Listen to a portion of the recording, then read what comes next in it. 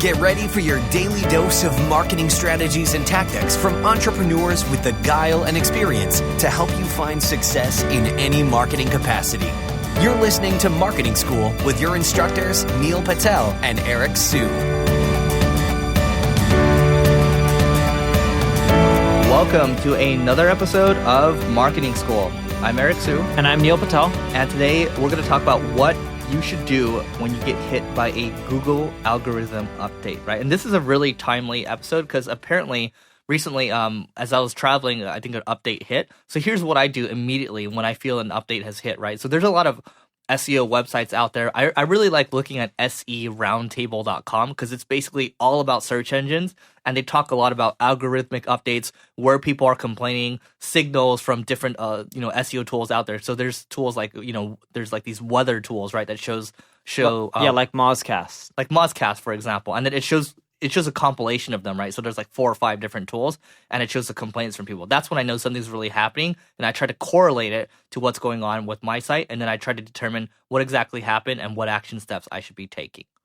Yeah, and Eric and I are very similar. So right now, there's an update going on, and in the month of, we record podcasts in batches, but in the month of December, Eric and I started noticing our search traffic continually declining. When you look at over a 30-day period, every Monday, right, not just a whole week, but every Monday, we were noticing that we're getting less search traffic than the previous Monday. So we're like, all right, update's happening. We went to Search Engine Roundtable, Search Engine Land, all the sites, Mozcast, SEMrush has something similar. And we noticed quite a bit of people talking about droppings in rankings and traffic. Keep in mind, as someone loses traffic, there's other people who are gaining traffic, right? And by the time this episode comes out, maybe the algorithm will have a name. Search Engine Roundtable is calling it the Maccabees update. We'll see if that name sticks or not. But nonetheless, people are submitting their site, how much traffic's going down. There's very little chatter on, hey, what's causing this drop? But I've noticed a trend, and Eric has too, in which we all have blogs. Our blogs are all getting hit, and every single blog I have is getting less search traffic, even if the content quality is super high. So one thing that we'll do is sometimes you just have to wait it out and weather the storm and see what people are talking about. Be like, all right, here's the update. Here's what's happened. And then from there, you create a game plan and then you adjust. Like right now, you and I are both losing traffic. Are you going to make any changes right now? I'm going to wait. Exactly, because we don't know what changes to make. And that's the reality until a lot of marketers and SEO start diving in and saying, hey, here's a drop, or Google releases some information. We don't know what to do. So changing too many things could cause the problem to get even worse or better, but you want your data to stay consistent. So then that way you know how much of a drop you really saw, and then you can go and fine tune and tweak from there. Yeah, and you don't want to be, it's the same thing with business, right? You don't want to be reacting all the time. A business where you're just reactionary and you're putting out fires all the time and you're just, oh, this update happened, and you're being jerked around by all this like news, and like you're not focusing on what's urgent and, not urgent and important. That's what you want to focus on ideally, right? But when you're focused on everything that's just kind of urgent and popping up all over your face, and you're not sure what to do exactly, just wait, because these other SEOs out there, like the people on Search Engine Roundtable, the people that are doing these weathercasts, these people are really smart, right? These people have PhDs, or these people study this stuff really extensively. And then when you start to see people take action, and then you can start to take some of that signal and determine what makes sense for your business, because your business is different, your website is different, and then you can decide what to do, right?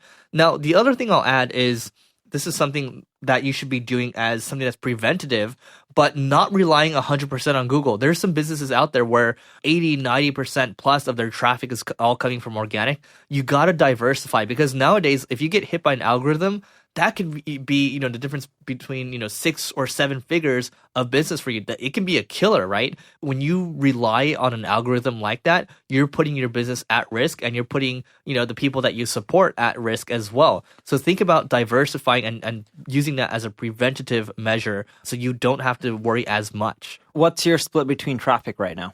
So traffic right now on organic for single grain, I think we're at 60-70% or so. It used to be about 80% plus. Yeah. So what are you doing right now to diversify so that way you're not so reliant?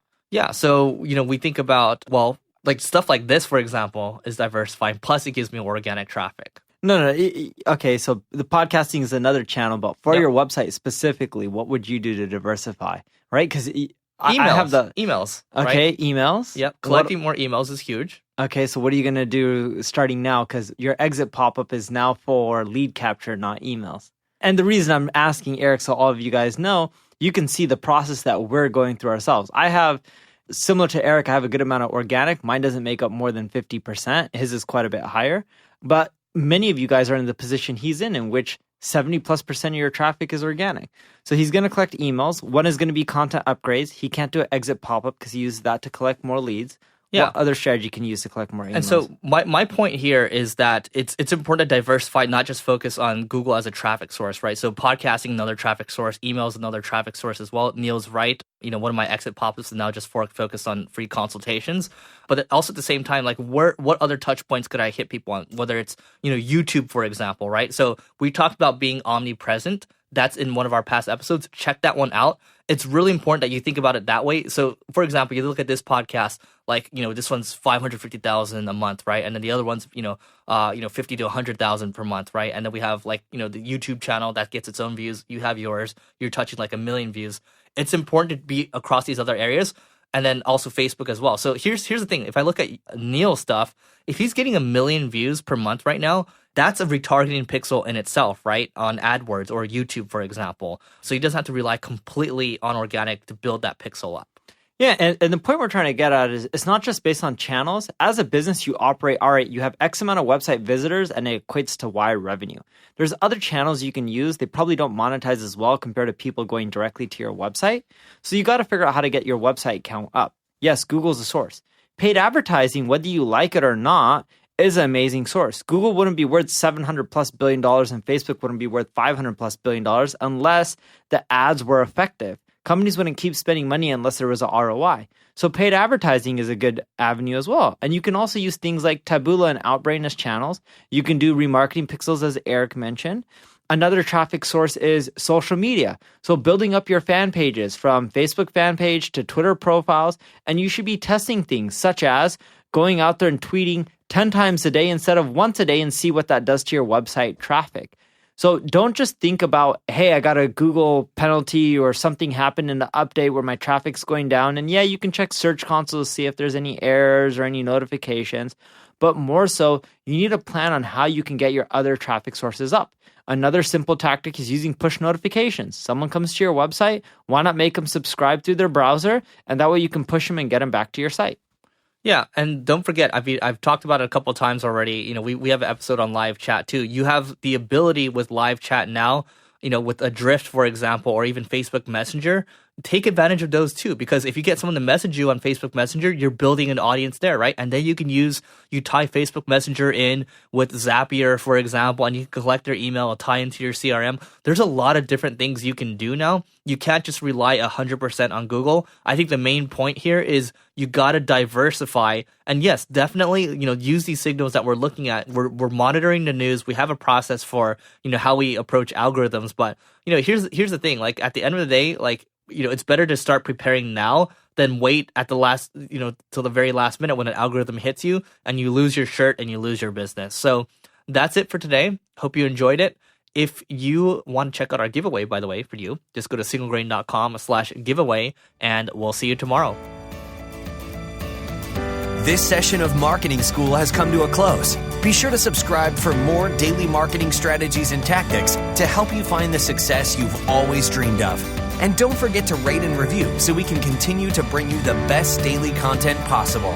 We'll see you in class tomorrow, right here on Marketing School.